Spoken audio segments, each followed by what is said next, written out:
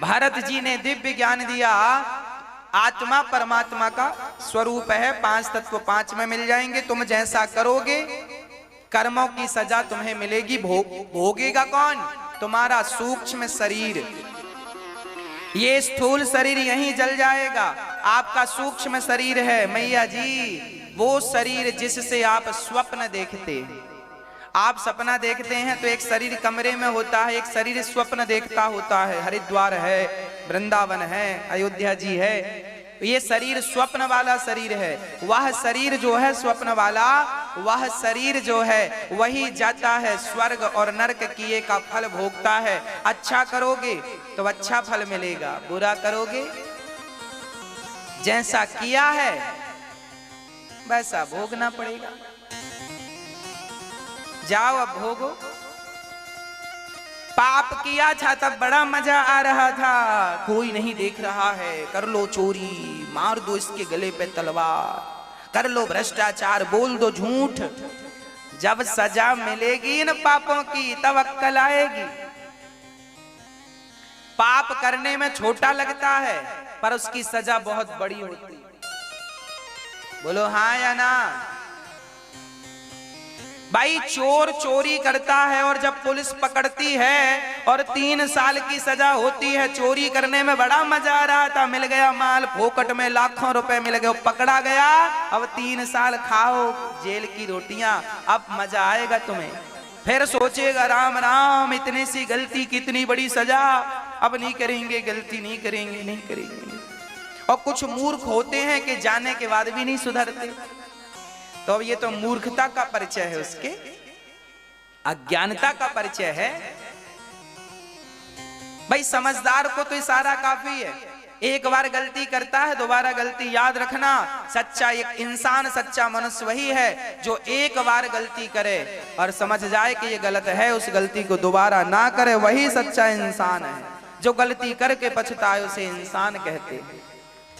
अगर गलती रुलाती है तो नई राहें दिखाती हैं। मनुष्य गलती का पुतला है, ये अक्सर हो ही जाती हैं, पर गलती एक बार हो 2 बार ना हो। एक बार हो गई क्षमा कर देंगे विधाता, बार बार दोहराओगे तो पाप बढ़ जाएगा। कपिल भगत करदम श्री भरत जी के ज्ञान से रहुगण का ज्ञान मिटा और 28 प्रकार के नरकों का वर्णन हुआ है। किस प्रकार से भगवान का नाम राजा परीक्षित ने कहा कि महाराज क्या हमारा उद्धार नहीं होगा, हम भी तो किसी न किसी पाप से जूझ रहे हैं। तब भगवान सुखदेव जी कहते हैं कि दोनों का उद्धार हुआ है, भरत जी और रहुगण दोनों का कल्याण हुआ, पर भगवान का एक नाम देखिए, हम लोगों ने जानकर अनजानकर कोई ना कोई पाप तो किया ही है। ऐसा नहीं कि हम लोग पापी नहीं है। और हम तो अपनी बात करें, मौसम कुटिल कौन खलकामी, मेरे जैसा पापी, मेरे जैसा पतित, मेरे जैसा भागा, मेरे जैसा मूर्ख, मेरे जैसा ज्ञानी, मेरे जैसा खल, मेरे जैसा कामी आपको दुनिया में कहीं नहीं मिलेगा। सारा अज्ञान, सारी मूर्खता मेरे ही अंदर है। और हमने पापों को एक एक बार नहीं किया, हमने एक पाप को 1000 बार किया है, फिर भी भगवान की शरण में है, प्रभु हम अभागे को, हम पापी को क्षमा करो, हमको क्षमा करो। बड़े से बड़ा पापी यदि भगवान का नाम का आश्रय ले ले तो वो भवसागर से पार हो जाता है। कौन है भगवान का नाम लेने वाला जो पार हो गया? बोले अजामिल नाम के एक व्यक्ति थे। कान्य कुब्जे ध्वजः कश्चित् दासी पति रजामिलः नाम्ना नष्ट सदाचारो दास्याः संसर्ग दूषितः। अजामिल नाम का एक पापी था, एक स्त्री से संग कर लिया, वैश्या से विवाह कर लिया और उसकी बुद्धि भ्रष्ट हो गई। वैश्या की संगति करने से बुद्धि भ्रष्ट हो गई और उसके 10 बच्चे हुए। संयोग से देखिए उसने अपने आखिरी बेटे 10वें पुत्र का नाम नारायण रख दिया था, किसी साधु के कहने से। अजामिल तेरी सदगति हो जाएगी यदि तू अपने बच्चे का नाम नारायण रख दिया तो। ठीक है महाराज रख दूंगा। पर चोरी करता है अजामिल, पाप करता है, सारे गलत काम अजामिल करता है। पापी नहीं है, महापापी है। पर एक अच्छाई है कि अनजाने में ही सही ये भगवान का नाम बोल रहा, बेटा नारायण पानी लाओ, बेटा नारायण जरा भोजन लाओ, बेटा नारायण जरा यहाँ आओ। इसी बहाने भगवान का नाम निकल रहा है। और जब मौत आई तो यमदूतों को देखकर अजामिल डर गए, चिल्लाए पुत्र दूरे क्रीडन का सक्तम पुत्रम नारायणावयम प्लावितेन स्वरेणोच्चैराजु हावा जितेंद्रिया। बचाओ मेरे पुत्र नारायण बचाओ। बुलाया पुत्र को, पुत्र ने नहीं सुना। परम पिता परमात्मा ने सुन लिया, विमान भेज दिया, जाओ मेरे भगत को लेकर आओ। मरते समय उसने मेरा नाम पुकारा। भगवान का नाम कभी भी ले लो, कहीं भी ले लो। भाव को भाव अनख आलसहूं, नाम जपत मंगल दिसि दसहूं। इसलिए कहता हूं मेरी माँ, नाम जपने का अभ्यास बनाओ। काम करते हुए भगवान का नाम जपते रहा करो। नाम किसी भी हाल में छूटना नहीं चाहिए। नाम ही हम सबका सहारा है। पहले नाम को ही पकड़ना पड़ता है।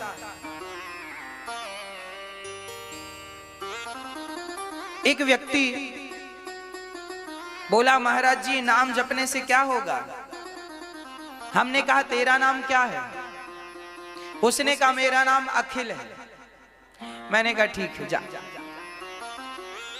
जब वो घर गया तो रात के 12 बजे उसके घर पर हम गए और चिल्लाए, हमने आवाज लगाई बाहर से, भैया अखिल अखिल। एक बार में नहीं सुना, 2 बार में नहीं सुना, तीसरी बार में नहीं सुना, चौथी बार में हम बोलते गए। अंत में दरवाजा खोल के आया, बोले क्या बात है? हमने कहा कोई बात नहीं, हम तो नाम ले रहे हैं। अरे आप हमारा नाम बोल रहे हैं? हमने कहा तेरा नाम थोड़ी अखिल है, बहुत लोगों का नाम अखिल है। अखिल ब्रह्मांड नायक हमारे भगवान का नाम है। अरे आप बुला रहे हैं हमें। हमने कहा पगले, जब तेरा नाम बोलने से तू मेरे सामने आ गया सामान्य इंसान, तो भगवान का नाम कोई भक्त प्रेम से पुकारे तो क्या भगवान नहीं आएंगे? क्या भगवान बहरे हैं? अरे भगवान बिनु पग चलहि सुनहि बिनु काना, सहस्त्र शीर्षा पुरुखा सहस्त्राक्षः सहस्त्रपात। भगवान के एक नहीं हजारों आंखें हैं, हजारों कान हैं। चींटी भी अपने पांव में घुंघरू बांध के नाचे तो परमात्मा को सुनाई पड़ जाता है कि कोई चींटी मुझे पुकार रही है। ये भगवान है, ये भगवत दर्शन है। इसलिए आप सभी किसी भी हाल में भगवान का नाम ना छोड़ा करो। भाव से जपा करो, प्रेम से जपा करो। नाम सदा मंगल ही करता है, कल्याण ही करता है। पहले नाम जपो, फिर धीरे धीरे जिसका नाम जप रहे हो उनसे धीरे धीरे प्रेम हो जाएगा। जैसे आप जप रहे हो राधा कृष्ण राधे कृष्ण कृष्ण कृष्ण, तो पहले कृष्ण कृष्ण जपो, बाद में क्या होगा?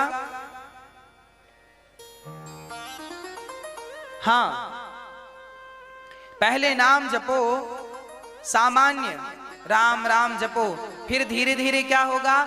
जिनका नाम है राम से धीरे धीरे जनाम जपते जपते उन राम से प्रेम हो जाएगा। क्या हो जाएगा? राम से, राम से क्या होगा? देखो शुरुआत तो नाम से ही होगी ना। अच्छा, आप किसी से दोस्ती करेंगे तो उसका नाम पूछेंगे कि नहीं? हाँ या ना? पहले नाम पूछेंगे, फिर बातचीत करते करते ही आगे बातें होती हैं। बस इसी तरह शुरुआत नाम से है। केवल नाम काम करते हुए नाम जपते रहो। नाम कभी भी ना छूटे, किसी भी हाल में ना छूटे, इस बात का हम सबको ख्याल रखना चाहिए। इसलिए नाम है। कब तक नाम जपें? बोले जब तक भगवान सुन ना ले तब तक नाम को जपते काम करते रहो, नाम जपते रहो।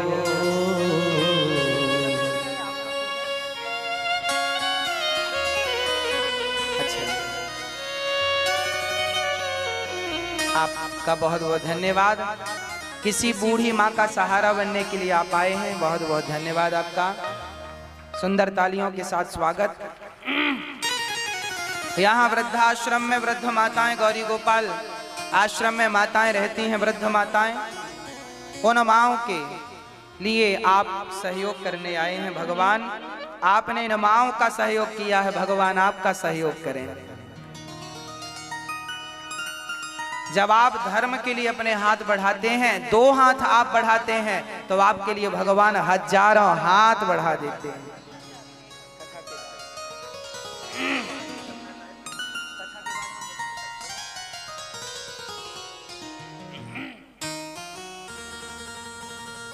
याद आवेगी उसको कभी ना कभी, मेरी विनती सुनेगा कभी ना कभी। ऐसा विश्वास मन में जगाते चलो, मन से गोविंद गोपाल गाते चलो। नाम धीरे धीरे जपो, धीरे धीरे। कैसे नाम जपना है?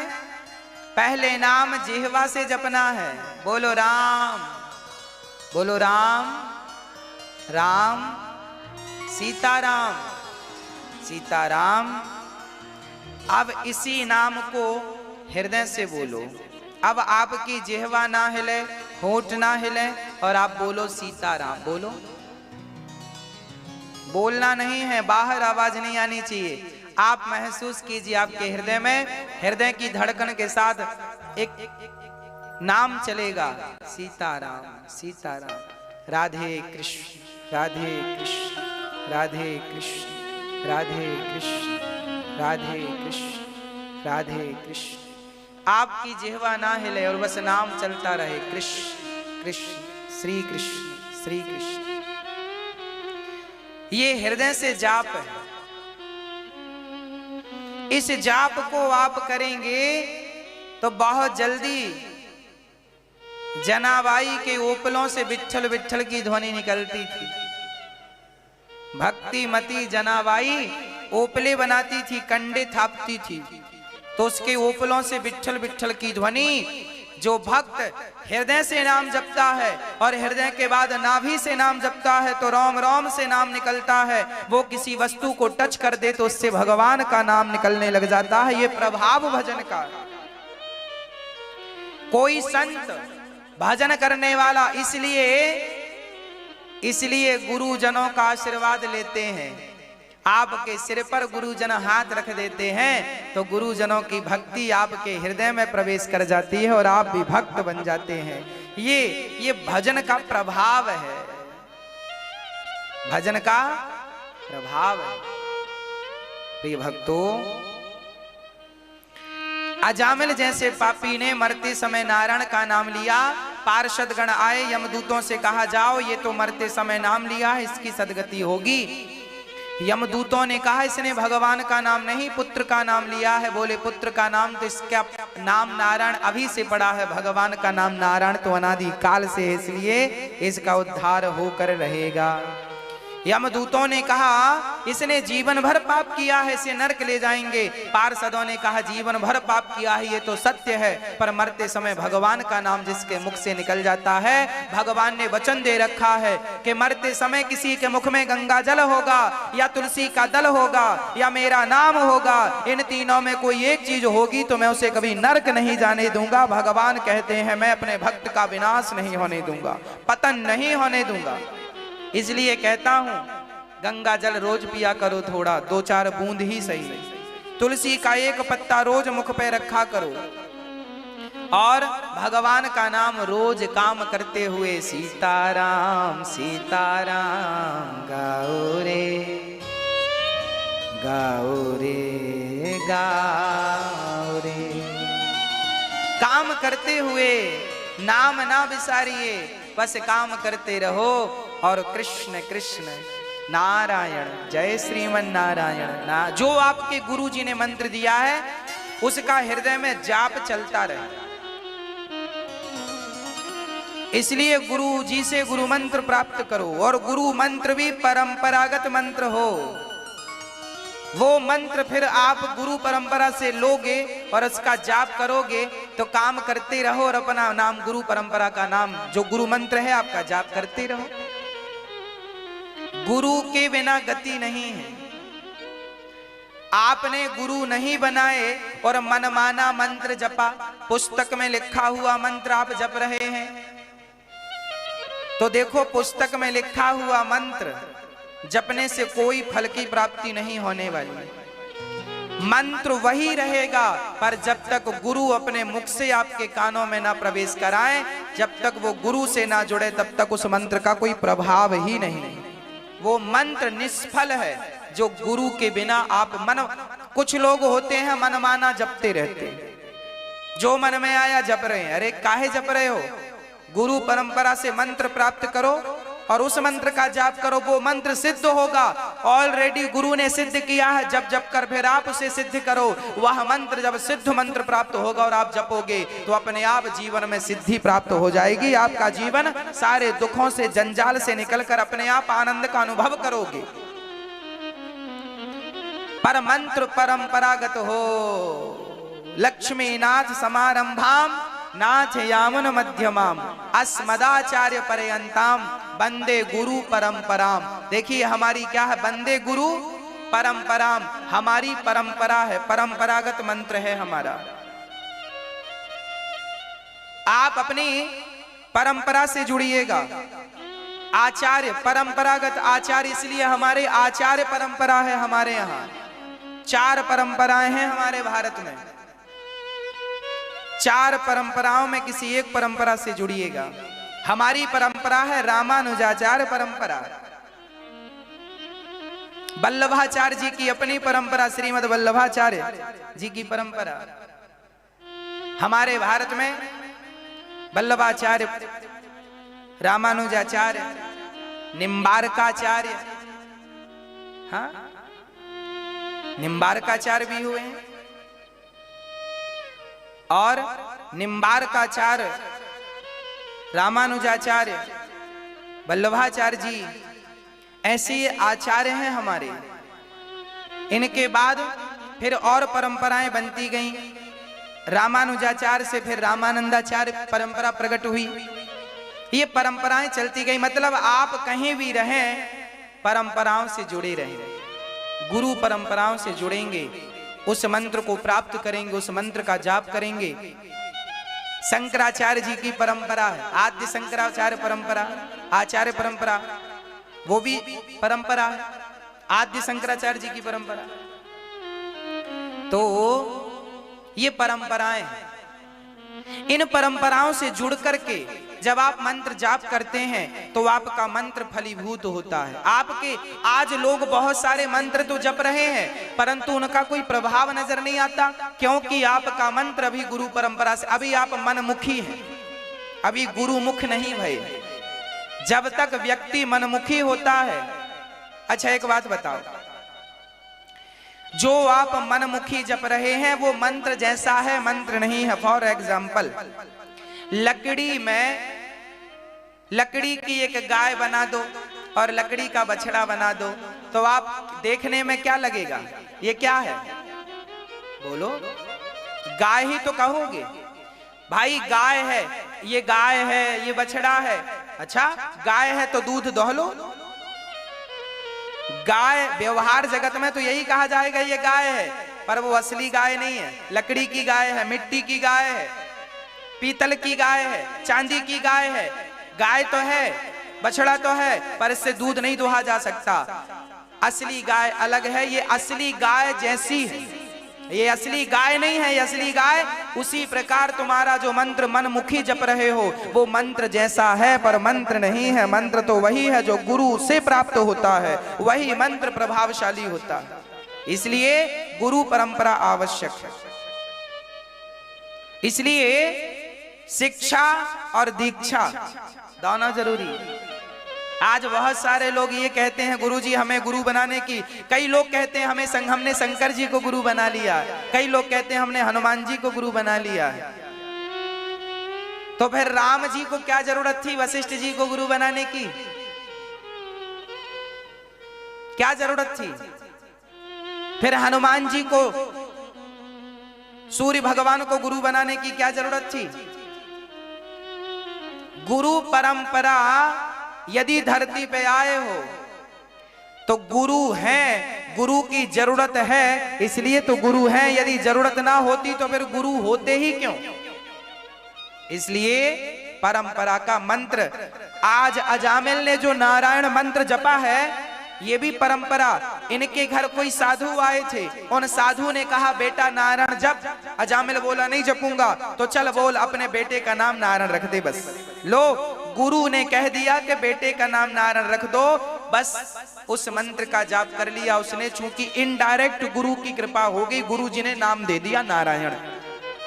उस मंत्र का जाप किया, भले बेटे को बुला रहा है पर वो मंत्र का जाप, और जितनी बार नारायण बोला उतना जाप हुआ। और जब गुरु परंपरा से जुड़ा तो उस मंत्र ने उसका कल्याण कर दिया। वही मंत्र उसको नरक जाने से बचा लिया, एक नाम। इसलिए नाम जप परंपरागत होना चाहिए। प्रिय भक्तों, ये परंपराएं हैं। श्री पार्षदों ने यमदूतों को पछाड़ा, यमदूत ने नाराजगी दिखाई, कहा भगवान का नाम ले लिया और हमारा पत्ता साफ कर दिया। यमराज ने कहा नरक में भगवान का नाम ना लेना, नहीं तो सारा कारोबार ठप्प हो जाएगा, सब भाग जाएंगे, ये मोक्ष हो जाएगा इनका। नरक में कोई भगवान का नाम नहीं लेता। कोई धोखे से ले लिया और किसी के कान में चला गया तो सारे नरक वाले भाग जाते हैं स्वर्ग की तरफ। हम तो मुक्त हो गए नाम, एक नाम से। इसलिए नाम में अभ्यास बनाओ, नाम जप करते रहो, भगवान नाम जपते रहो, बस प्रेम पूर्वक नाम। उस नाम में अपार श्रद्धा हो, उस नाम में अपार विश्वास हो। बस एक नाम, हर मंत्र कल्याण करने वाला है, पर किसी एक मंत्र को आप पकड़ लो, वही मंत्र आपको पार लगा देगा। 10-20 मंत्र जपने की जरूरत नहीं है, एक साधे सब सद है। एक को पकड़ने से, एक सज्जन बोले गुरुजी हम तो सब जप लेते हैं, 2 माला इनका, 2 माला इनका, 2 माला हमने कहा सब तुमने खिचड़ी बना रखी। सबका नहीं, नदी के किनारे हजारों नौका होती हैं, पर नौका एक में आप बैठ जाओ वो नौका पार लगा देगी। कोई भी एक नौका आपको पार लगा देगी। आप राम नाम जपोगे तो भी पार लग जाओगे, कृष्ण नाम जपोगे तो भी पार लग जाओगे, नारायण नारायण जपोगे तो भी पार लग जाओगे, ओम नमः शिवाय जपोगे तो भी पार लग जाओगे। इनमें से किसी एक मंत्र को पकड़ लो, गुरु परंपरा से जो मिला है वही मंत्र आपको भवसागर से पार लगा देगा। परेशान होने की जरूरत नहीं।